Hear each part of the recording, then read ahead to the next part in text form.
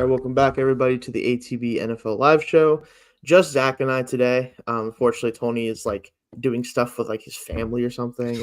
Gosh, I how mean, dare him? this close to the draft, the biggest week. No, it's good. I'm This hoping this Tony's having this a good close to the season, the start of the NFL time. season. Right, Come on, start of it's the football all year long. Grind it exact out. exactly. No, I hope Tony is doing well. No, I'm glad he's having Everything. fun. Definitely more fun than me just trying to survive until the draft happens and Definitely posting more too fun much than stuff. me working all weekend. Yeah, well, there's that too for you. Yeah, I know.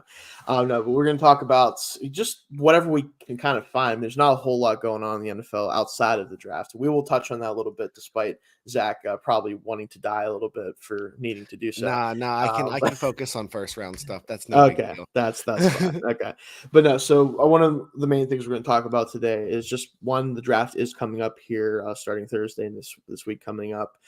First round will be starting at 8:00. So I will hopefully, and I haven't confirmed this. I got to talk to some people yet, but make sure we have enough people on for it. But we may be going live on the draft show that we do is on Sundays typically, but hoping to go live for the first round at least. We'll see how that goes. If not, we will be coming out with content both before the draft hits more of that tomorrow, hopefully, and also after the draft. But yeah, Zach, I mean, the draft is coming up. I know your Dolphins are very much a hot spot for a lot of different options. So I know you're probably interested to see where they go.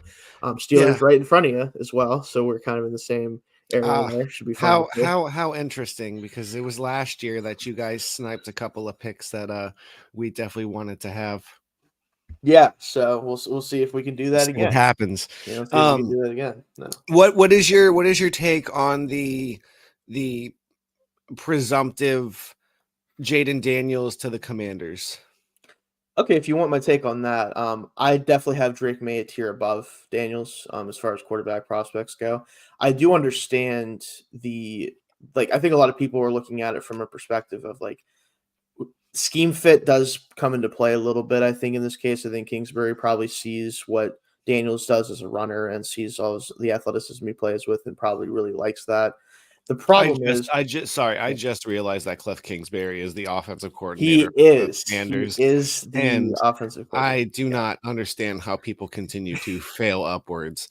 I mean, So technically, at least he isn't a head coach somewhere. Technically, he did get demoted, So yeah, but he's in the NFL still. Right. Well, he's back in the NFL. We're acting like an offensive coordinator in the NFL isn't still one of 32 jobs in the Yeah, world. for sure, for sure. You're right.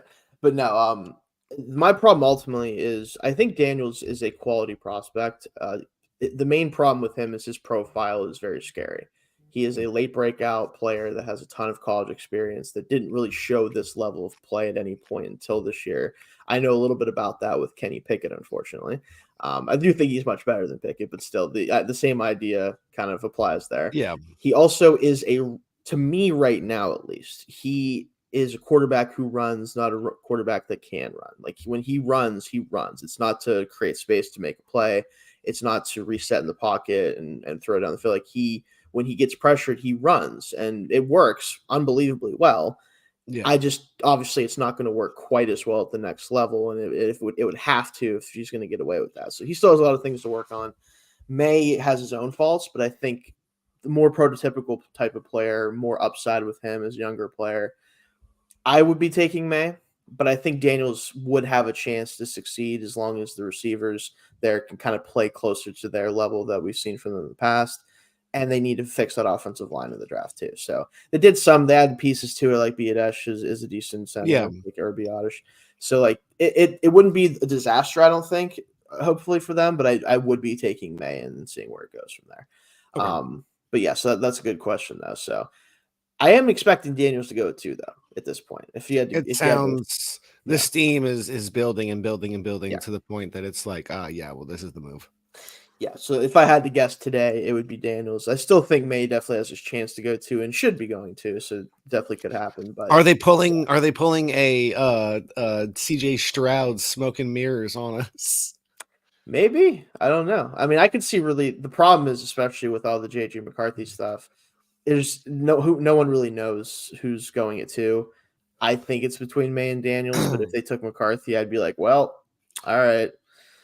He he's getting so much hype on Twitter, excuse me, X, right now, and like I just keep seeing a bunch of stuff like just like passes here and there, and it's just like, look, like you can say what you want, but if you can make these throws, you could do it. And I'm just like, all right, I just draft your people already. Yeah, Please. we're definitely we're way past the draft needs to happen like a month earlier than it Yeah, does. yeah, That's my take on that situation. fair. I Yeah. mean, yeah, we just kind of sit and wait, and that like, do you really need to have a combine and a pro day? I understand that the pro day is for like all the other players who don't go to the Yeah. combine, Yeah. but like, do some of these people need to perform at both? Is that really necessary? Really, for me, it's usually only if they weren't able to test at the combine for some reason. Yeah. Exactly. Like whether it's But because they like, weren't invited or they were injured or whatever. Yeah, it's but like I didn't do well. I'm gonna go again and like do the unofficial numbers at my pro day. Like, let's just shorten this up a little bit. yeah, I don't know. But basically, we're getting to that part of the draft season where everybody's so bored. They're like, what if I say something stupid? Will Yeah. that get people going? Like I saw someone the other day say that he doesn't have his Marvin Harrison in his top 5 receivers or something like that. And I'm like, all right, we're missing the boat at this point, guys. Let's There's just just no reason for that. let's There's draft just no tomorrow. Yeah, reason for that. let's draft tomorrow. I don't want to do that. No, so the draft is coming up again. It's gonna be very fun, regardless of how you guys want to consume it. Hopefully, we will be live here in some capacity, but if not, we will all be watching along. But speaking of the draft, this is kind of our main topic I want to get into, as far as like what I think is most important here in the coming week or so. There are multiple teams who I think their ability to contend this year and into the future is heavily reliant on how they handle this draft. And I want to start with the Falcons because I think they've put themselves in a very clear, like, we want to win right now. The Kirk Cousins move at quarterback is obviously the big one there, where it's like, okay, we're not doing the Desmond Ritter thing again. Thank God. I called that from a mile away for last 2 years. That wasn't going to work out. And that's a big surprise for third round pick didn't become a good quarterback. Oh no, but the Cousins move and just everything they did in free agency points to Arthur Blank wants to win right now, and I think they can, especially in a very weak division and also kind of a weaker conference, obviously compared to the AFC. So there's room to contend there, but how do they open that window wide open right now? And I think the main thing they need to do is create a pass rush because they have not been able to do that for years now, right? The pick at 8 to me has to be somebody who affects the quarterback. It doesn't have to be an edge rusher. It could be an interior player, whatever that is. For me, it has to be something that's going to try to create havoc in the pocket because they just simply have not been able to do that for the past few years. Yeah, no, I definitely agree with you. I do think that you can maybe say, oh, put something else on the offensive line to just bolster up. But they're pretty good right now. But they're pretty, they're pretty good. They need some help, but yeah. But I feel like the defense has always been the weak spot of this team for the past couple of seasons outside of quarterback, which they addressed. Right. So like they've had AJ Terrell for the past few seasons, and he's been a very nice shining spot. And they've done some things to add some players here and there, but they definitely need something to, like you said, address the pass rush because you can have coverage skills all you want, and you can have a lockdown secondary, but if you can't get to the quarterback and sack the quarterback, eventually something is going to open up. You cannot just let them no secondary is good enough to cover for 4 seconds every play. That's just not. So like you need someone that can come in and just be disruptive. And like you just said, whether it's having somebody like that Ndamukong Suh or that Aaron Donald, who's so a demanding and like a massive presence in the center that it takes away from being able to cover the edges and account for the linebackers, or getting yourself that stud edge rusher and having them just crash in on the quarterback every single time, blah, blah, blah, blah. Like either or, it's got to be one or the other. But I definitely feel like that would go a long way for Atlanta as far as, like you said, competing in a weak definitely division with whatever Carolina is going to do this season. Yeah, we'll see. I think the Saints are in the same boat as Atlanta, where they've married themselves to Derek Carr, so they're going to have to nail the draft, given the fact that their cap space situation is what it is. And then Tampa, who I wouldn't necessarily say is in a bad position right now, but they live and die by the mercy of Baker Mayfield and whether or not it's going to be consistent. So Atlanta definitely has like the brightest future of the 4 teams in this division, but are they going to be able to identify the right players, because they've drafted defense in the first round before and it hasn't necessarily turned out that well for them? Yeah, for me, I think I would do one of two things. So again, this is me, so I don't expect this to happen, especially. If I'm sticking and picking at 8, my top defender in this class is Johnny Newton out of Illinois, the defensive tackle. Yeah. He, to me, is the most polished interior player that I've seen in a long time as a pass rusher, and I think he doesn't get enough credit for his ability as a playmaker run defense. I don't know. He's not going to hold up the way that Byron Murphy, despite also being a smaller defensive tackle from Texas, he's not going to hold up as well in the run game as him. But I do think you can obviously find guys who can hold up in the run game. It is much harder to find players that have his skill set as a pass rusher from day one. He would probably be the most like initial impact in the interior, and I think that's where if you're going to target somebody at this point, it's the NFL has made it clear that they really prioritize interior rush at this point. And I think it's always made sense to do that. Edge rush is also, of course, really important, especially for like setting the edge of the defense in general.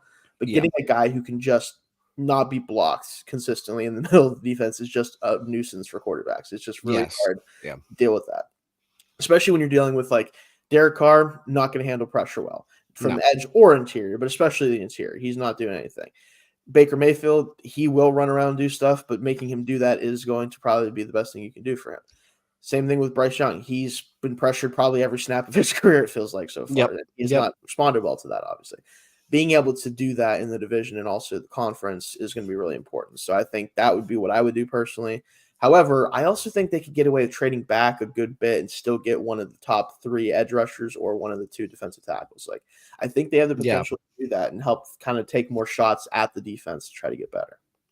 Yeah, definitely. So we'll see how they kind of play that. Another team we definitely need to talk about for an entirely different kind of reason for me, because they have to decide what their immediate and long-term future is based on how this season goes. The Dallas Cowboys. We'll talk more about kind of the decisions. All in, baby. We're going all in this offseason. All in, and signed one player, Eric Kendricks. I think that's it. Yeah. Eric Kendricks. Yeah. Yeah, Jerry Jones, man. That all-in comment was very interesting, and then doing nothing. Unless he means all in by like trading all of their assets to go up and get like one good player in the draft. If he means all in by giving a bunch of money to Dak Prescott and extending him, which we'll talk about that a little bit later. Yeah, we'll be talking about that, but they just have so many holes they still need to fill. I mean, they lost a lot. My bad. Didn't they sign Deuce Vaughn? They already had him. So they already had him. They drafted him. So yeah, they drafted him. They drafted. I thought they drafted Vaughn. Yeah, they drafted him. Yeah. Oh, I'm thinking of somebody else then. You're talking about the Kansas State running back, right? The small Kansas State running back. No, who was the guy down in Tampa? He played for Vanderbilt. Keyshawn Vaughn? Keyshawn Vaughn. That's okay. That's who I thought it was. Okay. Okay. No, Deuce Vaughn is a player for them, but he's the Kansas State running back they drafted last year. Okay. No, but the problem with Cowboys at this point is that, again, they didn't do anything in free agency, and they still have a lot of holes to fill for this roster. They lost a lot of defensive line depth to the Commanders, mostly Dan Quinn poaching guys. They lose Van Der Esch to retirements in the middle of the defense. Obviously, like the Micah Parsons contracts coming up, CeeDee Lamb contract coming up, Dak Prescott coming up. Like, they have so much to worry about in their immediate and near future that I didn't even mention Tyron Smith yet, like going to the Jets. Like, now, does Tyler Smith go out to left tackle when he's been so good at guard? Do they look to draft a tackle in this draft? Like, they have so many holes to fill that you don't even really know what to do with their first couple picks, because it's really just going to be based on how the board falls. Like, if a great receiver is still at 24, they could still use help next to CeeDee Lamb. Yeah. If a tackle falls, you think they probably have to pull the trigger on that. Right now, they don't have a center that is probably startable. Like, hey, don't talk bad about my boy Brock Hoffman. Listen, do you want to trust him to be the center? for a team that's trying to go to the Super Bowl? I don't know. I don't know. That was the last time that I saw a semi decent offensive line at Virginia Tech. So Right, but we're talking about Virginia Tech and then the Cowboys, man. I don't know. That was the Like, Christian Darrisaw season. So that's and fair. he's been doing pretty damn good. Yeah, we'll see. But I mean, there's a good chance he's going to be the center the way things are going right now. I mean, unless they draft somebody later in the draft. But again, they have so many holes to fill for a team that clearly is trying to contend. Obviously, still like they're not blowing it up. And a possibility with something else we're going to talk about later of CD Lamb holding out because he's not getting his contract. Exactly. So yeah, it's do or die. Let me go 1 second. I mean, you basically have to nail picks. Your first round pick at 24, your second round pick at 24, and your third round pick at 24. You have to they all have to be day one contributors. Exactly. That's the key problem with this team is it's not just that they have to draft well this year. It's that if they want to maximize this current group before they decide who they're paying and who they're not and all that stuff, they need to find contributors from day one at multiple spots in the draft specifically. And that's not easy.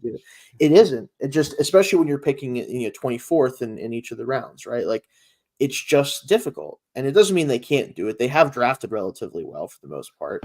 It's the fact that, again, you're relying on players you don't actually know anything about until they get into the building. That's what they're going to come down to. And all the money they're going to have to spend to keep this core together, if they choose to do so, they kind of have to base it off of what they get out of this class a little bit, because if they don't think they're going to be able to get a lot of contributions from this class going into the future, it affects how much money they have and how much time they can wait for these guys to figure things out and what they're trying to pay everybody. Like one of Parsons, Lamb, or Dak probably isn't going to be on this team after next year. Like that's just the reality of it, especially if they want to have money to do anything else. So and it's probably going to be Dak.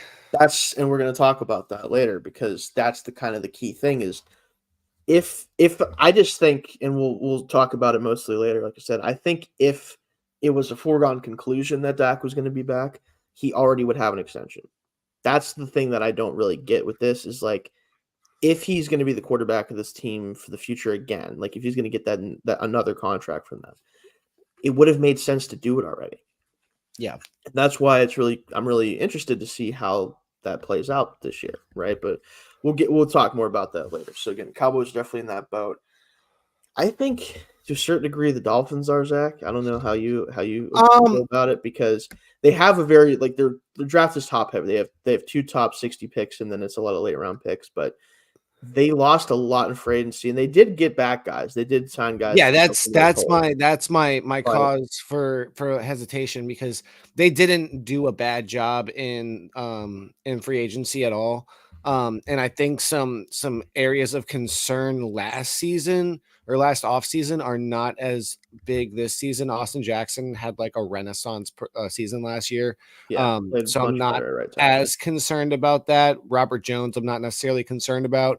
I have Aaron Brewer they signed, so that's whatever. Good run blocker in that scheme. Yeah. I just don't know if he can pass protect against anybody. And that's where you hope Tua's miracle season last year of being completely pocket aware is amazing. I would like another depth signing or a depth pick with the Terran Armstead situation. I don't know. I'm not as concerned with the defense anymore. The edge rushers both coming off injury is definitely edge rushers both coming off injury, absolutely. So you just hope that they can bounce back nice. Right. But like the secondary isn't as concerning anymore. You hope Ramsey's healthy the whole year. Yeah. You hope Ramsey's healthy the whole year, but even then, it's also you've got Fuller, Poyer, Holland. You hope Poyer's healthy the whole year. That's a big thing too. But yeah, I think they need to hit their first 2 picks. I think they need to hit the first ones, the early ones. They need to decide what another thing we'll talk about later. They need to decide what they're doing with Tua, and that determines whether or not they need to hit on their picks. Well, I mean, you always want to hit on your picks, but I guess what's the right term, the urgency of needing to hit Yeah. on them and them needing to Right. turn around quickly, because let's be real. You can't necessarily say Austin Jackson wasn't a hit or a miss at this point because of what's like how the trajectory is gone. But you also don't want to be in the position where you're in year 4 or 5 and you're just Don't now know. Yeah. finding out that, oh, hey, This he's a guy's all right. he's a decent He's all offensive right. lineman. Like, all right, we might have got one. He's Sweet. all We right. Yeah. need the returns to come back a bit quicker. I think in regards to the AFC East, I think the Patriots are in a bigger situation where they need to be. Yeah, because they're kicking off a new regime. They're We talked kicking about off a that new pre-show. regime, and they're also in like the last 3 or 4 seasons of not drafting well whatsoever. Whether you want to put that on Bill Belichick for not knowing it how to is evaluate ultimately. talent. I mean, at the end of the day, yeah, but I mean, somebody also should have had the ability to step in and be like, "Hey, Should have what is are we different doing? than could have, right? What are So we yeah, doing?" it's yeah. Well, I mean, hey, if it was really that top heavy, then the only person to blame is Robert Kraft, because I mean, yeah. he set it up. So, I mean, honestly, if you really want to put it down, I think all 4 teams need to hit on their draft. I mean, That's fair. the Jets are in do or die situation They because were as we talked going to be a about, team to talk about, yeah. yeah, I don't know if we talked about it last show or the show before, like the investment on going for broke, like either it's all going to work out or not. If some pieces start falling apart, you better hope the guys that you drafted are able to step in and fill into some degree, because then, as I believe Tony said, this coaching staff and like front office is already pretty much banking on the fact that they're not going to be here next year. But that's the thing I will say with the Jets and why it's so interesting is the way that they're approaching the offseason so far is, and this is Joe Douglas I'm talking about, the GM of the Jets, is he understands the position he's in. He knows that everything he does this year doesn't matter after this year unless it ends in a Super Bowl or something close to it. He's going for broke. He's going for broke. Okay, we need to be honest for a second. I think it's a bit egregious and ridiculous to say that they have to go to a Super Bowl. When was the last time they went to the fucking playoffs? I know, but you have to understand, Zach, like this is they're setting the team up in a way where if they don't win the Super Bowl, they aren't going to win one anytime. I know, but all I'm saying is if they make it to the gone. If they make it to the playoffs, I think that's a very, very, very substantial turnaround from the last 5-10 years, and they deserve another chance to keep going. Well, now, granted, it's gonna screw themselves because they won't have anything next year to go in on. That's what I'm saying. Is here's the problem, Zach, is if Aaron Rodgers retires or is bad or whatever, Aaron Rodgers retires, which is very likely to me. I don't think he's long for the NFL for a lot of reasons. But let's say they go to the playoffs this year, right? Which if he's healthy and everything, they should have a chance to do that. Do a retired Aaron Rodgers. I know. Oh my God. Yeah, he'll have too much time on his hands. Way too much time on his hands. Sup, Jeff? Hey, Jeff, what's going on? But the problem ultimately with them is like this is why I think he's approaching it this way is that he knows that if they do not at least go far in the playoffs and have a plan in place for either after Rodgers is gone or if he keeps playing and is playing well, he's gone. It's over. So none of these moves matter. He can do whatever he wants because once it's not going to be his problem in a calendar year if it doesn't go well.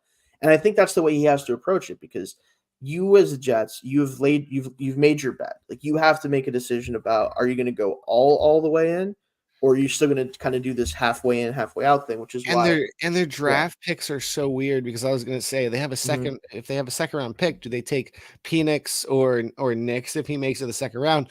But they don't. They have pick number 10, and then their next pick is the 8th pick in the 3rd round. And because of the trade for Rodgers, right? So ultimately, pick 10 is really very interesting to me, and why like that's the pick that needs to hit. And the problem is, part of me says, okay, well, you brought in Tyron Smith, who does not play games a lot, right? Yeah. He's very Teron Armstead, no offense, Zach, in the way that he's going to probably play between 9 and 14 games if you're lucky, right? Somewhere in that range. and you bring in Morgan Moses, who also has had some injury stuff. If one of those two goes down, would you rather have a rookie tackle who could be the future of the position, which would be nice to have, step in and be able to play like an Olu Fashanu or Troy Fatanu, whoever that is? Or do you go for broke and be like, screw it, Brock Bowers time. Let's go. Like, give Rodgers more weapons in the passing game. Because right now it's pretty much Garrett Wilson and whoever the hell else you want to say. Can Brock Bowers block? I think he blocks very well for someone of his size. I would say that. So I think he'd be a plus on both sides of it. He's going to go way too high, but I really wish the Dolphins could take him. I know a lot of people probably want to take him in that range, but and they it might happen. I don't know. They got Mike Williams. They have Mike Williams. Yeah. Anyway, we'll see if he plays. Will he play games though? This is the issue with the Jets. Is a lot of the best players in the team is like, are they going to play the games? Like, are they going to be out there, including Rodgers himself now with the Achilles thing? But no, I think the Jets are certainly in that category of like they got to hit on their couple early picks that they do have because they are in a 1 to maybe 2 year window at this point, depending on Rodgers. So like those are definitely the top teams that you could say are like they're kind of in that trajectory of like they need to do well specifically in this draft to kind of open a window for themselves. Obviously, all the other top teams, they have that same boat, but they have less concerns that they have to worry about where if like, oh, this rookie didn't play, oh well. But Jacksonville.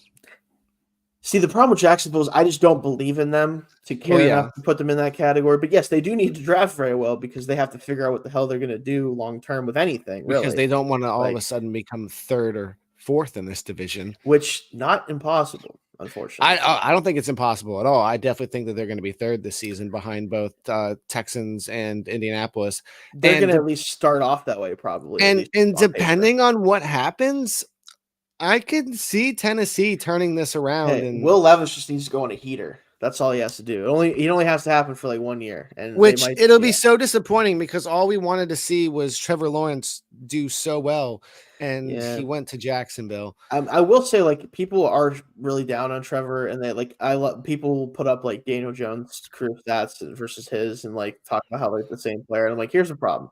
Lawrence, like there was a year stretch in like the middle of 2022 through the middle of 2023 where he was one of the best quarterbacks in the league statistically. And then he got banged up and then he kind of died down the stretch. And like, I'm not going to hold that against him that much. But I don't think they're similar whatsoever. No, statistically, they are almost identical statistically through their first like 3 seasons. Because of the issues he's had, like his rookie year obviously plays a big part in that because it was terrible. Oh yeah, because and the team was awful. Exactly. I'm talking like I'm not saying that they are comparable. Any NFL team coached by Urban Meyer is going to be a disaster. We know that, but like statistically they are eerily similar, and that's what people are hung up on. I'm like I understand that, but like that's why statistics aren't the thing that you need to always worry about because there's context there. Sometimes there's watching what you see on the field of being like, Daniel Jones ain't it. Right. Exactly. And then Trevor guess who just determined that the New York Giants. They're a whole other conversation.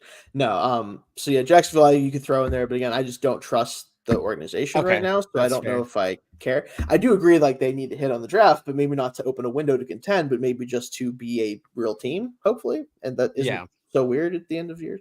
No, but so we'll see how that plays out for them. But I wanted to jump into talking about the quarterbacks that we want to talk about. We'll save the receivers for our kind of last thing before we talk about something else. But Tua and Dak specifically are two of the more interesting quarterback extension candidates and just situations in really a long time, I think, for very different reasons. I want to start with Dak here because I think that's the one that was more surprising. That is kind of in this conversation that maybe we didn't expect. I think the problem with Dallas right now is, and why he hasn't already been extended, is I think they wonder if the ceiling has already kind of been hit. Is it going to get better with this core? And if it isn't, is it worth committing probably $55+ million a year to a quarterback that, while is very, very good, and I've been harder on Dak in the past than I probably needed to be, but he is a top 10 quarterback on his at his best, especially, but just in general, I would put him maybe just inside that top 10, but still a top 10 quarterback. The problem is they have not been able to make it past the division round of the playoffs with very talented rosters in multiple years. And he hasn't played very well in those games. It has not been his entire fault at all, especially the Packers game. Like, he had a rough go of it, but the defense might as well not have been on the field. Like, that was a horrendous day for that entire team. Yeah. But the way that they've gone out in the playoffs and how weird it's been, like the end of the game against the Niners, where like he kind of like he ran and then they didn't have time. Like, it's been weird stuff, is why I think that Jerry Jones especially is just like questioning if this is the right direction for the franchise. And I do understand that to a certain degree, but again, it's just really hard. Like, you hit on a guy who was drafted in the 4th round, right? And you're not going to do that again, probably. And yeah, maybe they really like Lance. I've heard that they really like Lance. They made that trade for a reason. As much as I'd like to see Lance get a shot, I don't know if that's who I'm giving the keys to if Dak leaves, right? Like, I think they have to have a better plan than that. Yeah. But it does feel like they're setting up for, like, if it doesn't go well this year, right? If it doesn't get significantly better in the playoffs specifically, assuming they even make it, but we're assuming they do. But if they don't, that's a whole other thing.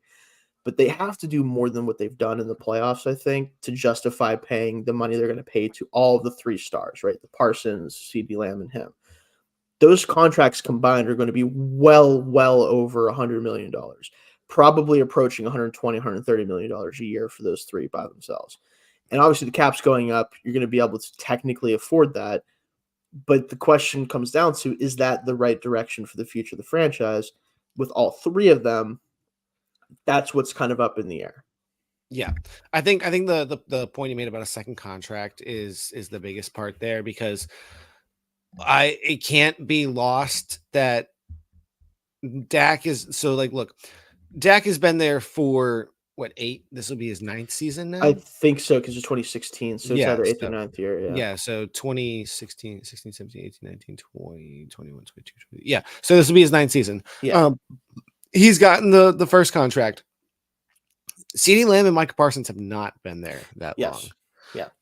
And I think that the bigger thing there is that, yes, Dak is doing some heavy lifting, but let's be honest, CeeDee Lamb is doing some some of the heaviest lifting on this team. He's been what Cooper was for him. Like, that's what's made Dak. Yes.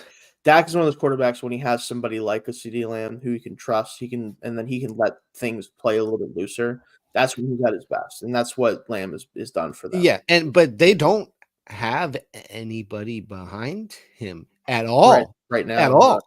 I mean, even last year, like Michael Gallup is okay, but like, talk about somebody who's had some bad injury luck. Like, he's not been able to stay on the field either. Cooks wasn't quite as good as they hoped either. Cooks wasn't quite as good as they hoped. And I mean, at this point, the man's learned like 7 different offensive playbooks. So like, give him some credit. He probably got confused a couple times.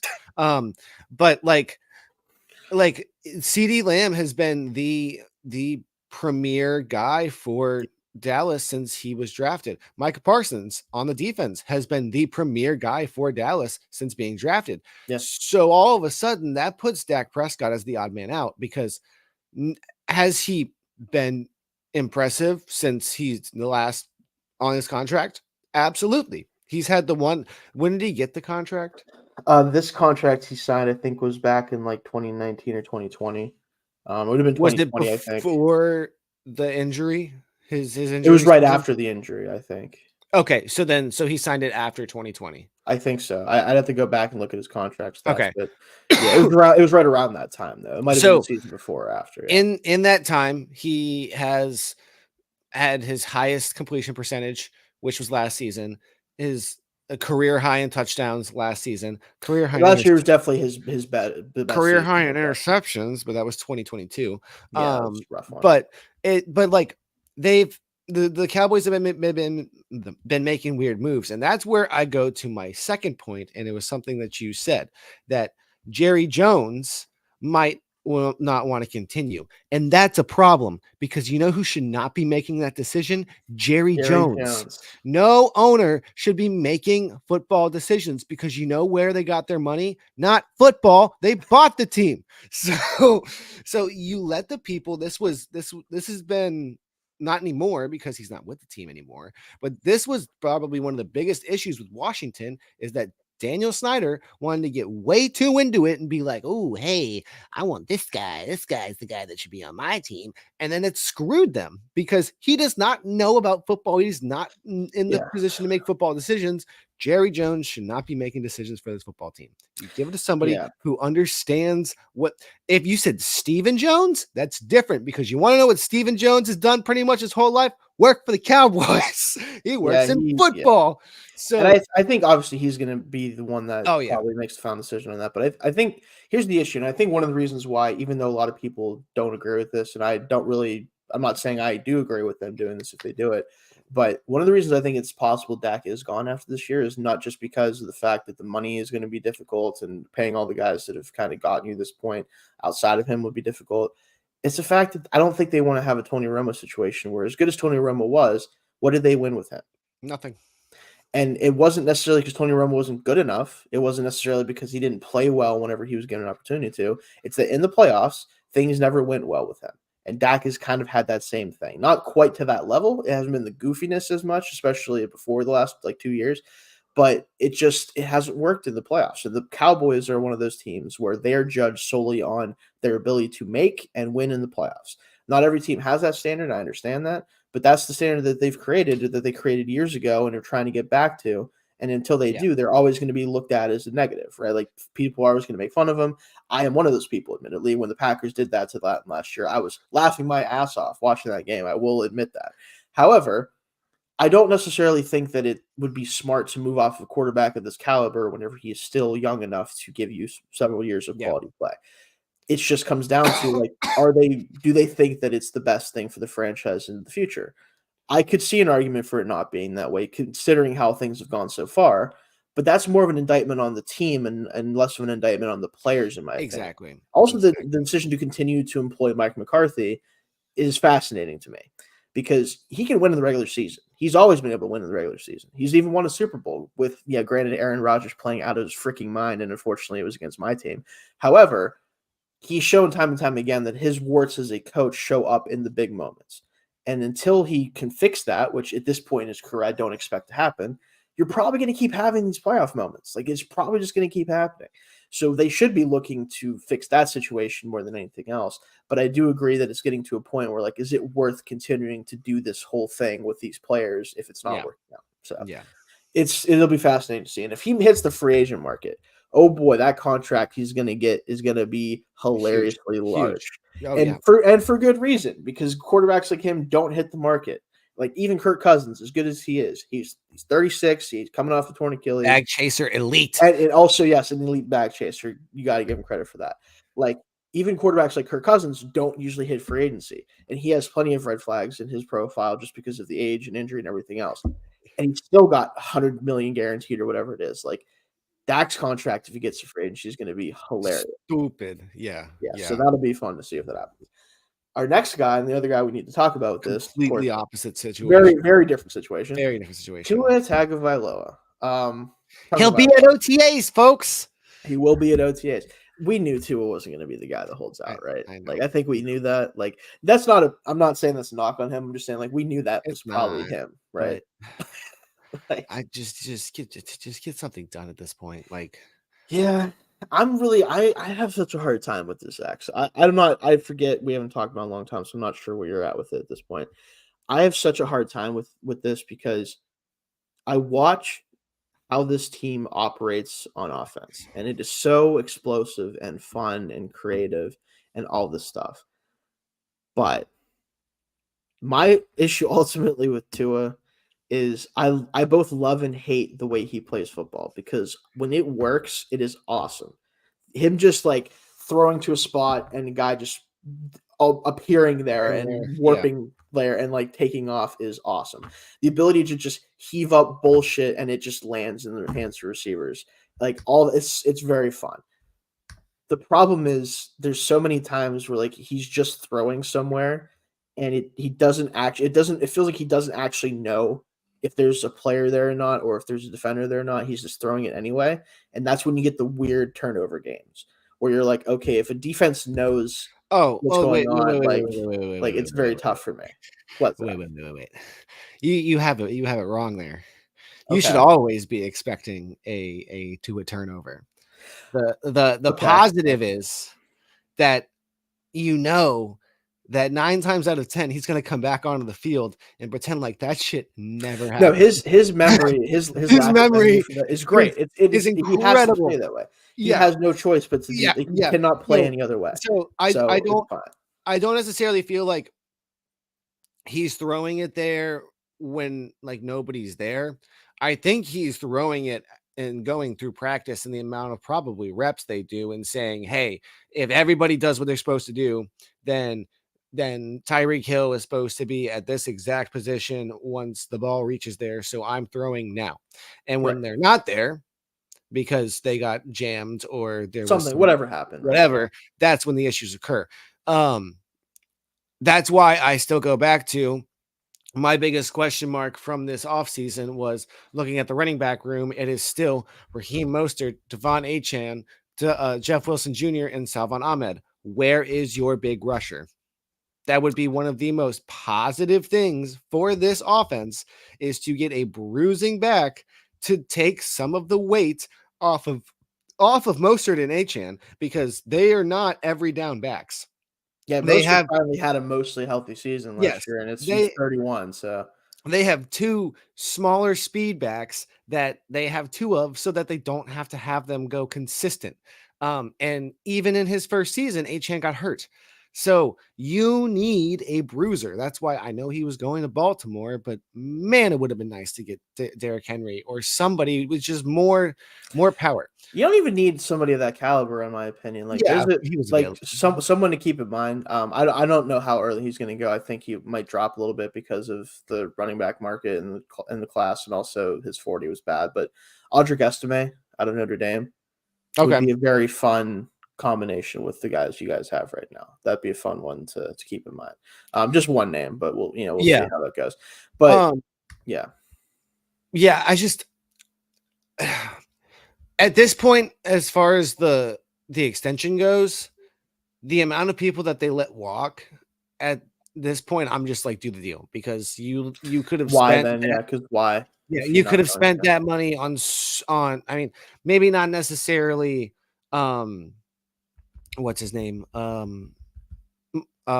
Christian Wilkins. Which, if they weren't, Wilkins was not going to happen. Probably if they weren't going to pay Tua, then maybe you do that because I would rather pay Wilkins than pay the contract that Hunt was given. Just because that one was a bit more inflated than. For at least I keep forgetting how big Hunt's deal is at the Panthers. Yeah, and like crazy. At least I'm not saying that Robert Hunt doesn't deserve the money, but like, it's just a lot of it. It's a lot of it to where I would rather give Christian Wilkins that caliber of money to know that I'm getting his level of production every week than giving that to Robert Hunt and there being some weeks where it's like, whoa, what was that? So my other big one is Andrew Van Ginkel. If they weren't gonna, that's disappointing. If they weren't gonna sign Tua, then you could have easily outdone Minnesota's offer to Ginkel. So there's just some things where it's like, all right, at this point, just do it. Just figure it out and do it. Again, I understand that negotiations work, but there's zero reason why I think that Miami can't look at Tua and say, hey, here's the stats. Here's the red flags. You can't reset the market. We'll give you it doesn't. It doesn't work though. Exactly. We'll give you third, fourth best money in the league. That feels fair. That absolutely feels fair. But I just don't see the actual feasibility of him being justified to reset the market with his limitations. And I agree with that for sure. Yeah, yes, he led the league in passing last year, but literally is one of the worst passing seasons that we've seen in the NFL in the last 5-10 years. So raw numbers, it's been so there's just all these red flags to where, yes, is he the face of your franchise? Absolutely. There was so much that went into making sure they were in the position to select Tua. But one, I would hope that he's showing up for OTAs. Maybe this man can understand that setting the market is not going to be the best long-term situation for him. But I also understand the injury side and what he has gone through to He get has here to be prioritizing and getting paid right prioritizing some now. of that. Yeah. But we're also talking about so much freaking money. This is a random tangent. And I understand what they were saying, what the outcry was about Caitlin Clark's salary when she was drafted. Yeah, that was funny. That was funny. However, I just want to say right now, if somebody came up to me and said, "Hey, you're making $78,000 a year," I would fucking cry. I would Yeah, I would we're in a different position than I a wouldn't know lot of what to people do are. with myself. And like that's some of this stuff when it gets to people complaining about like, oh, that's not fair. That they deserve more than that. It's like more? What do you mean more? You could do fine off that. Yeah, Please, that's a whole other please. thing. Yeah. I'll Well, she take also got like a that to the $5 million shoe deal like immediately after too, so I Yeah. think she'll be all Yeah, right. yeah, yeah. But But I just it is funny. It is like funny. just like like I'm doing my taxes the same day and I'm just like Yeah. things would be so much easier. Right. No. Yeah. But here's my final thing on Tua. Right. I think I personally, and I know there's gonna be a lot of people like Dolphins Twitter hates when people talk about this, and I understand that. I just straight up wouldn't give him a contract for more than like 2 years because I just can't. The problem with him ultimately is I think he is the type of quarterback that specifically because of the way he has to play football, he truly is an extension of your offensive coordinator and the offensive weapons you have. He will be about as good most games as the offensive weaponry you have. Now with the Dolphins, that means really damn good a lot of the time because you guys have really damn good offensive weapons. The But problem what's is happening with Tyreek Hill in 2 that's seasons? my point is down the stretch of that contract. And the same thing might happen to a different degree with Jalen Hurts for different reasons with the Eagles. Is once the offensive weapons get older or they leave or whatever happens, if you do not draft really well around him, if you do not find ways to replenish those, you're leaving things up to chance. Like we saw what this team looked like with Tua under center when they didn't have this type of weaponry and when his style of play wasn't as effective as it is now. It doesn't mean it wasn't good. It just wasn't nearly Last as I effective. think I think last season's issues had more to do with Connor McGovern going out than the Tyreek Hill injury. Right. There's a lot of issues there, but that's my Yeah. point is he's one of those And quarterbacks that's that's really where dependent on that. if there Yeah. is some investment in the offensive line, okay, let's see what happens. But Right. that's where if you're the Dolphins of anything and you are hoping that last season is a sign of the future because on the injury front, that was incredible. I don't think you've seen a turnaround of that degree from a player who was just so and I'm not going to say injury prone because that's not the right word, but he too is a smaller quarterback. That's not He was getting hit and doing things that he can't do. Yes, he was doing so, and as thrilling as it is from a fan aspect to watch your quarterback duck his head down and fight for those extra yards.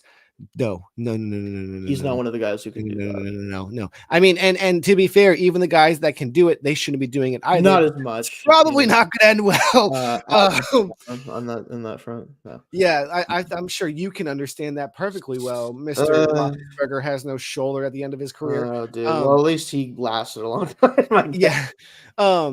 But it's just such a like I said, at this point, you've let certain people walk to what feels like maintain some Yeah, I money mean, I to think they're do going this. to do it, and I'm not saying like it ultimately is Yeah. like the worst thing in the world. It's just for me. The timing is gonna Yeah, be the biggest thing though. Are you gonna go short term and see what happens?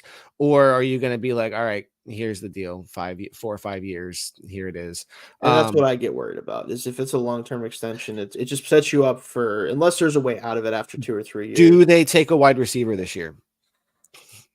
They could. I mean, if the right one falls to even 21, And I mean, depending on what happens with these quarterbacks, I definitely that's been the weird thing about this draft and hearing people talk about this draft is with the way that the picks are getting set up and like rolling out. There's a really good chance that some really good talent is dropping for no reason other than yeah, hey, an it'll extra happen. quarterback had to go in the top 20 because somebody was needy, and now I don't think he would be there, but just to throw a name out. Oh crap! I have it set on running backs. That definitely won't happen. Brian Thomas Jr. No, I was gonna say. I mean, this would be like absolutely like bananas. But like Odunze is fallen to 15, 16, 17. I don't think he makes it past 9. Oh yeah, Whether I that's a don't trade think up so or either. the Bears But taking like, him, I'm but just saying, stupid crap starts happening. right. But I definitely feel like that. Interestingly enough, Miami is set up in BPA position. Like they need to go BPA at what is it, 20 something, 21. 21? Yeah.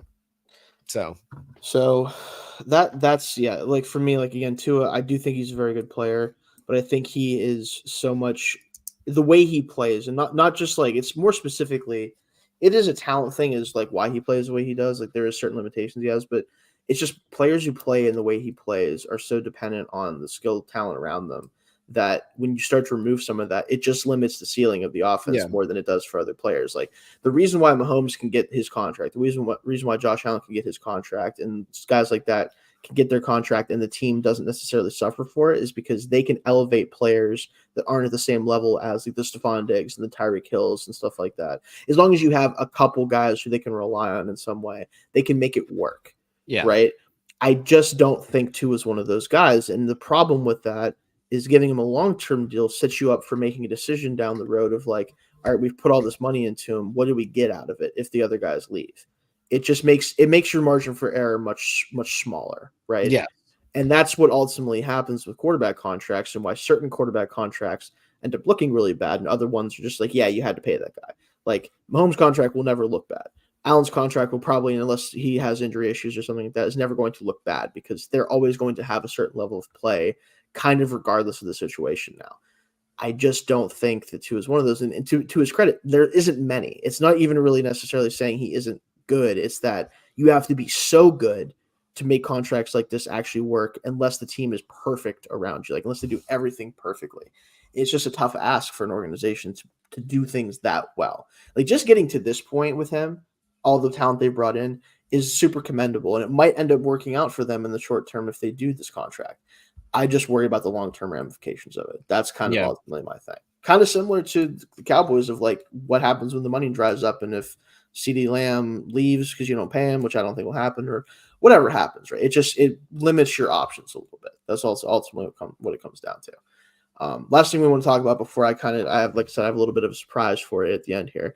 But the receiver holdout situations, some guys moving, like not doing voluntary workouts, kind of making it clear, like, hey, let's figure this shit out. Let's get it going. Yeah, you had to take the lead on that one, Zach. Yes. So the biggest two names are Justin Jefferson and CeeDee Lamb. Of course, obviously Justin Jefferson of the Minnesota Vikings and CeeDee Lamb of the Cowboys. I think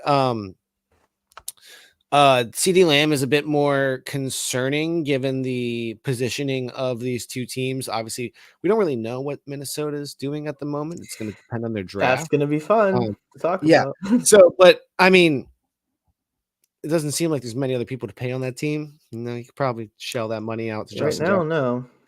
Jefferson. No. Yeah. Now I guess it depends on whether or not they want to stay married to him. I don't know why you wouldn't want to do that, but yeah. I'm doing it. Yeah. CeeDee Lamb, though, like we already talked about the need for the Cowboys needing to hit on a lot of their picks. If they're forced to do the Lamb contract earlier than they thought, and then maybe that's the issue with the Prescott stuff, is they're like, oh crap. All right, we got to put our time and investment in this real quick. We'll get back to you, Dak.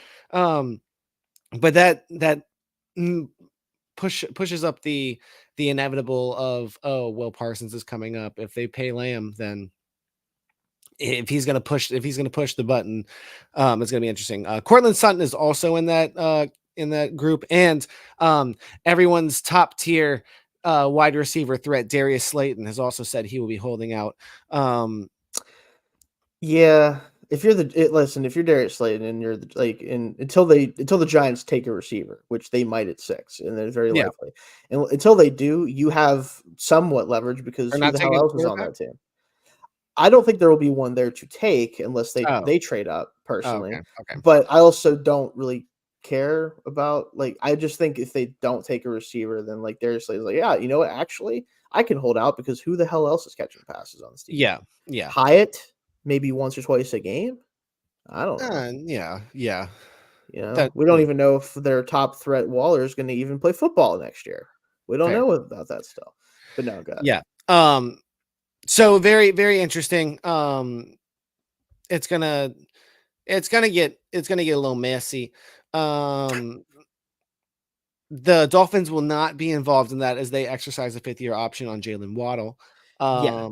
So they can wait a little longer to worry about that. But there's a lot of stuff coming up. And I think it's very interesting with this wide receiver draft because of how talented this group is. A lot of these teams could just be like, all right, cool. We're bringing in him. Let's The see Giants, especially the Broncos, also I could see Yeah. doing that. They clearly wanted to get different receivers in that room. So Yeah. Well, I mean, and again, who knows what the Broncos are doing right now? Because I certainly don't. because who do they have starting at quarterback? Jarrett Stidham Jared at this Stidham. moment in time. Yeah, and I thought it was going to be Sam Darnold. I was convinced. Well, the Vikings beat him to it. That was wild. They have Ben. they have Ben John Boy. DiNucci. They have John Boy Media warehouse darling Ben DiNucci. Ben DiNucci. Yeah, that's awesome. Well, remember the Ben DiNucci song on TikTok way back in the day? I Remember that? I do not because I do not use TikTok. So That's fair. We probably shouldn't. It's all right. yeah, I have held firm on this. I like That's fair. people ask me all the time. They're like, "Really, you don't?" I'm like, "No, no. I have zero desire to sign up for another social media." Yeah, and that's two, no, I'm good. I'm good. I will watch them via Instagram and Facebook. Yes, you will find those videos anyway. It's not Yes, that big I of a will. deal. I will find them anyways. Trust me. So, yeah, that's totally fair. No, but I think you're like the receivers are like Jefferson. We kind of like we know that he was going to be like, all right, listen, like my quarterback is currently Sam Darnold. You're going to pay me a lot of money so I can make him like not bad if he has to play like that. Like we know it's going to happen there. I think the question becomes how much does he reset the market? That's really what it comes down to. It's not whether he's going to, it's how much does he do so. And also, if you're the Cowboys, if you are committed to CeeDee Lamb past this year, you get that done. You need to beat them to this. Yes. You have to. That's why I literally thought about that as I was talking about it. But that's where I think that there's the possibility that they were really trying to get a Dak Prescott contract done, and then all of a sudden somebody like woke out of the trance and was like, "Oh, wait. We need to get this CeeDee Lamb contract done first because that's going to screw us more." Yeah, because Jefferson, whatever he like, Lamb obviously won't be able to beat Jefferson's contract. I don't think he'll be able to justify that, obviously, but he's going to be able to ask for basically almost the same thing, like just because of that's where I feel like CeeDee Lamb has far more leverage given of what he's had to do in Dallas to look at them and say, yeah, I know Justin's done all this, but look at everything I've done for you. What would your receiving core be without me? That's my point. You have to give me he is a good enough player, especially this past year, really, truly broke out. Where will he be able to beat Jefferson's contract even if Jefferson signs first? No, I don't think so. But he's going to be able to ask for basically almost the same thing. Yeah, like it's going to be able to be very his comparable. Performance justifies it. Right. That's and he's signing second. That's the key thing. If he doesn't sign first, where that's where I go back to Tua, and I'm just like, I haven't seen anything yet. No, you almost there. Yeah, maybe, but I don't see the market resetter contract. If they had won a playoff game, maybe. If they had won the division, maybe. But no, you've had back-to-back. I hate to say this. Collapses. I hate to say this, Zach, but like when I think of Tua right now, and I don't want to get back on that train too much, because I don't want to invite fucking Dolphins Twitter on me right now. No, you don't. No, you don't. All I think of when I think of Tua right now is the throw to Chase Claypool, which I still can't like. Everything about that play is so funny to me because like not only bad decision, bad throw, bad route, bad player throwing, like having the ball through. Like, how is Chase Claypool the person who's getting that football? CFL legend Chase Claypool. But you get my point. Like, that's what really bothers me is like the decision was bad, the throw wasn't good, the route was obviously terrible. But like, how is Chase Claypool being targeted in that situation? I think part of that, well, targeted, yes, but part of that is also in some of these growing pains that Mike McDaniel is still having as a play caller. Right, but it's just like, man, if I'm in that situation, the last person, there'd be somebody I'd pull out of the stands before Chase Claypool gets the football in that situation. I'm sorry, and this is coming from somebody who had him on his team and he was much more productive. You got a second round pick for him. I know, and Joey Porter Jr. is a Steeler, so appreciate that, Bears. Incredible. Yeah, but that's my point. Is like it's stuff like that where I'm like, man, you can't do that shit. Like, don't do that. Stop doing that stuff. And it's not all his fault. It's just funny that that's how the division goes down. I mean, there's a few, and that's where I turn around, and for every one of those, I'm gonna turn on one of those deep balls to Tyreek Hill and just be like, one of those 40-yard throws that should have been 60, but it works because Tyreek Hill's like, I'll just wait for it. It's a punt. I love it. As much as I love that it works, it's funny, but also I hate it. If the result is, I know. What does it matter what it looks exactly. Like? That's my point. It's like but it's frustrating because it's like nobody else can do that shit for some reason. Like, it doesn't work out for anyone else half the time. It's just so funny when you just like wait for. It's just Tyreek's like, I'm just gonna wait for this punt return real quick. Everyone's just like, what do we do? That is one thing that does need to change very soon that I wish they would talk about is pass interference rules and how that makes it easier. But the thing that I also hate about, like, I don't want to keep talking about Tua. When he throws like on time and it's in stride, it's awesome. Like, he's great at doing that. It's just that so often the deep balls are like, you should have thrown this ball 5 minutes ago. Yeah. Like what? Like, but it's because he knows he can get away with it. So it's like, I don't blame him. Yeah, it's just so goofy to watch him throw the ball, and it's like, uncorking a deep one. It's 35 yards. Yeah, and it's like, and then Tyreek's just waiting for the ball, and the corner is like, what do I do? He throws the ball, and his whole body goes forward 2 yards. And he throws like 48 yards, and it's like, God damn it, too. Just stop. Yeah. You look so goofy doing that. Yeah, but it works. So I can't fault him. It's just funny that it does. See, it would only be fitting because you know what I got for Christmas this year? A Tua jersey. And if he's just gone, like, it just leaves. I mean, like, shit. The last jersey that I got, and because I've been holding off for so long, was a Minkah Fitzpatrick jersey, and it didn't work out for you. Yeah, thankfully I have 2 merino. Well, one's a like jersey hoodie, and then one's a regular throwback, and then I also have a Cameron Wake one sent somewhere. Oh, nice, Cam Wake, elite Dolphins jersey down. Yeah, I also have a throwback Jarvis Landry, and anyway, let's move on. Let's move on to our last thing I wanted to talk about, or do here. So Zach, because I know that you obviously are not quite into the draft as me or a lot of us here at ATB, which honestly you shouldn't be. It probably is better for your mental health to not. The only things I care about are my team's picks and if a Virginia Tech player is selected. That's my thing. So for you today, I'm going to be doing right now live with you. I'm going to pick for the Dolphins in a mock draft. Using PFF's thing, and I'm going to tell you exactly why I'm doing everything. I'm going to using reactions to it. Using PFF. Listen, I'm not using PFN because they pissed me off last night because I was trying to do a group draft with people and everyone in it had 6 brain cells combined between the two. So I'm not using it for that reason. Also, I'm just used to using PFFs. It's just it is what it is. But no, so I'm going to be using the Dolphins, obviously, just them, and we're going to see what we get here. So we're going to throw it down to 21, not making any trades or anything because that's too involved. Yes. So let's see what we got here. So I want to look at offensive tackle. So Mims is here. Barton is listed as a tackle, but he's really kind of an interior player. For me, let me just go back here. So like DeJean would be fun, but you guys like biggest need.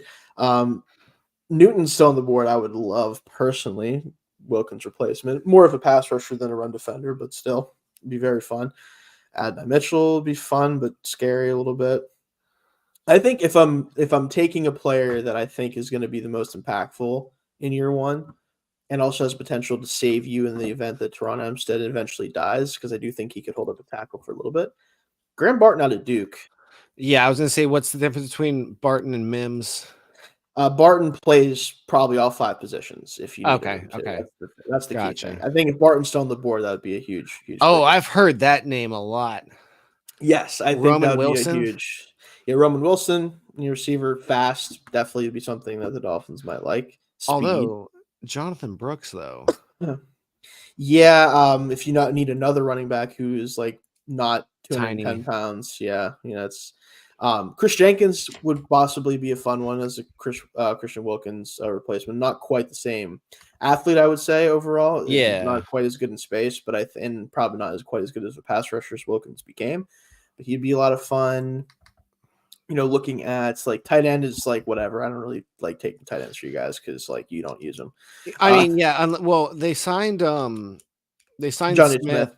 So like unless they have the magic ability to somehow grab Bowers, I don't really feel like it's a position of need. Yeah. Now Fisk is a guy that I'm personally much lower on than the consensus is. He's like hyper athletic FSU interior defensive lineman. Okay. But I just don't think he can play the run at all, like literally at all. Yeah. And I also don't. The flashes are only there sometimes, and he's like a 6th-year player. So for me, I'd be probably taking Chris Jenkins here. It's a short Chris Jenkins interior. So we're gonna take him out of Michigan. Like I said, powerful, kind of like not a nose, but like he's gonna be a really powerful like 3-tech type for you guys. I think he could replace Wilkins' role at least a little bit, not quite as well, I don't think, obviously, but at least give you something there. And then pick all the way down to 158. So that's where things get interesting.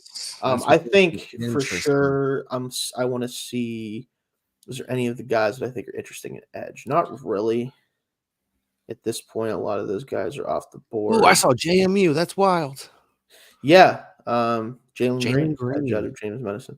Haven't really looked at him too much. So I'd be looking at probably receiver depth at this point. Wide receiver. Nobody that stands out to me here. Tavion Robinson. I can't believe he's going into the draft. Yeah. Yeah, he was a Virginia Tech was he? guy. Yeah, and then he transferred. That until now, I was very much a pro. If you are a Virginia Tech offensive player, please transfer out because we're not going to do you any favors. Gotcha. It's probably going to be a hindrance to your football development. Fair enough. I think DeCameron Richardson is an interesting fit here. He has his fans in the draft for sure. Had a really good 2023 season, for sure. Yeah. So I could see this being a good fit, honestly, because I'm looking at like just probably depth at outside corner. Yeah, I was gonna say cornerback definitely needs some depth. I mean, you have Fuller and Ramsey, and then Kohu and Needham, but you've also got Cam Smith, who that's kind of the thing is like, is he gonna be? What is he gonna be? I don't know. You hope he's something because that's a 2nd-round pick. Yeah, I mean, I'd like to see Fuller be the primary slot when Ramsey's not out in there, kind of doing his weird stuff he does. But I think outside of Ramsey being the best, I would guess a quote unquote player on the secondary, it's gonna be Fuller's secondary. I think he has the most like his ceiling or his floor is the highest. Yeah. And where like his ceiling might not be as high as Ramsey's, but like you're not gonna get a bad performance from him. Yeah, I don't think he will either. And then so again, I did take DeCameron Richardson out of Yes. Bo Limmer's super interesting here because I do think he's a pretty good center prospect. The problem is he's pretty similar to why can't I think of we talked about him earlier. Brewer. Aaron Brewer, where he's not going to hold up in pass protection super well, but he has a great run blocker. So like kind of the same flavor of center there, which maybe is good, maybe is bad. I don't know. But he'd be certainly interesting. The guy that I see, a punter at 182. Holy shit! Listen, it's Iowa's punter though. Zach, is he good? Oh, he's really good. I mean, low key, I would take him. Who else had more practice?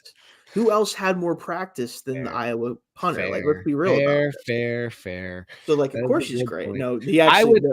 He's actually really good. I would take a punter because Jake Bailey is ass. Yeah, but they're not gonna do that. They're not gonna do that. But the guy that's staring me in the face, you want a bigger back that also has great like wide zone running ability. Isaac Grander out of Louisville, former Wisconsin player. This dude, a former Wisconsin running back, sign me up. This dude goes like sign me up. Yo, Check him out after this because I think you'll actually be excited about something like that. I'm going to take him. Is this 2? Oh no, yeah, 2 6-round picks. Yeah, we got another one here. So then we Okay, got. that's nice. That's I wanted to look at some linebacker depth here. Not a huge. I like Curtis Jacobs a little bit, but that's just Penn State bias a little bit for me. I think. I mean, we could take the punter now if you want me to take him. He's still available. Hey, you know what? You don't like Jake Bailey? I'm not a huge fan. Throw him out. Not a huge fan of drafting kickers and punters, but this guy is apparently like awesome as hell. So sure, why not? And we got one last pick here, all the way down the board. 241. Let's see who we got here. Who's Carter Bradley? South Alabama quarterback. He's got a little bit of love at times. And then we got Devin Leary, also had a little bit of love, if you remember him, the North Carolina State quarterback for a while. No. Sam Hartman. Oh, wow. See, NC State is a very interesting college when it comes to Virginia Tech because we do not play them all that often. This is the pick. This is the pick.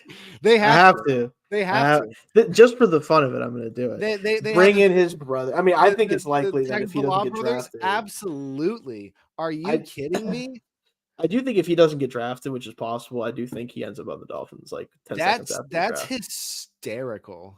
That is funny. So let's look at it here. So this would be the Dolphins draft in this situation, right? Top 57% of drafts. I'm in the top half. I'll take it. Okay. Barton, I think, would be the huge get here. Jenkins would be great for you guys too. I think this shores up two of the bigger they have Torrey Taylor as an A pick. I'll take that. Oh yeah, because I mean 182, 198, and then again like Richardson and Grendo. I really like Grendo a lot. He actually is my 5th running back in this class. Yeah. So like that's kind of more of a preference for me. But so he's an awesome like in this type of scheme. If he goes to the Niners or the Dolphins and he plays, immediate impact player in my opinion. If he has to play, like just is awesome for those types of schemes. But I think this would be a pretty good draft for the Dolphins. I think really like I said, the ones that matter the most are those top 2 guys. Like that would be huge, I think, for you guys, even year 1. So, but want to do that for you since we're not going to do any more draft stuff before the draft comes around. What was that? Let me see that first round. Oh yeah, sure. Let me go over here. Where's full results? So Caleb Williams, Drake May, Jaden Daniels, Marvin Harrison Jr., Joe Alt, JJ McCarthy to the Giants, Malik Neighbors, Rome, Dallas Turner, Brock Bowers to the Jets. Oh my God. People are talking about it. Tearing on to the Vikings. No trades obviously happened, so we don't have to worry about that. For Tanu at 12 versus at 13, they're just like, well, forget what's his face they drafted last year. I can't even remember right now. Wild. Byron Murphy to the dude. If the Saints pass on one of these tackles for Byron Murphy, it'd be the funniest thing on the planet. Yeah, that would be insane. Because Trevor Penning is basically me out there. It's not great.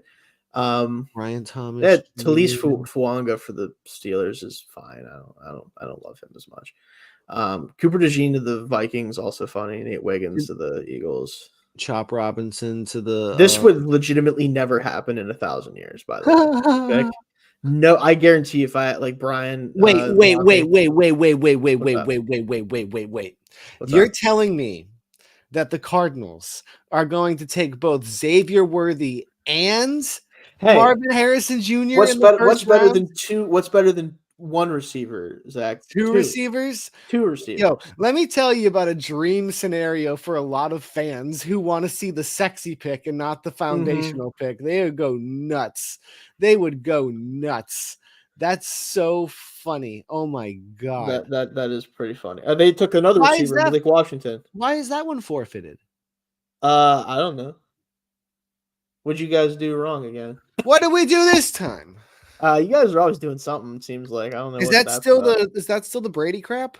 Maybe I don't know. I forget actually. Why don't the Dolphins? That was the 3rd round pick, by the way. Yeah, have a 3rd round.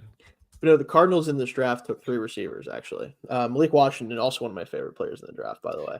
Out of Virginia, not Virginia Tech though. Virginia. They tampered with Sean Payton and Tom Brady. Oh man, Dolphins. That's kind of funny still, honestly. But yeah, I think the draft would be pretty good for Dolphins. I think so. I also think Barton is just like one of the best players in the class, honestly, period. And partly it is because of his ability to play like kind of anywhere. But I think he'd be a great guard day one. I think he'd be a great center day one. I think he could play tackle in a pinch. He has shorter arms a little bit, but he's been so good at tackle for Duke. It's like he could probably Yeah. make it for a while. But yeah, just wanted to do that real quick because I thought it might be fun to Hell yeah. give my thoughts on that. But that'll do it for us this week, guys. We'll be back hopefully right after the draft, or we'll actually be during day 3 if we're able to do the show next week. We'll have to see what time we can do it, but figure that out then. But if we don't see you until then, enjoy the draft. Hope your team does well, unless you're a Ravens, Browns, or Bengals fan. Then I hope that all your players suck a little bit. That's And I mean, I would say the same, but I'm not gonna. I'll say Jets and Patriots, but I won't say Bills because Tony deserves a little bit of respect. So yeah, Tony's not here; he can't defend himself. So yeah, we'll so I won't include. We won't talk crap on the Bills at all. So all right, that'll do it for us, though, guys. We'll see you guys next time.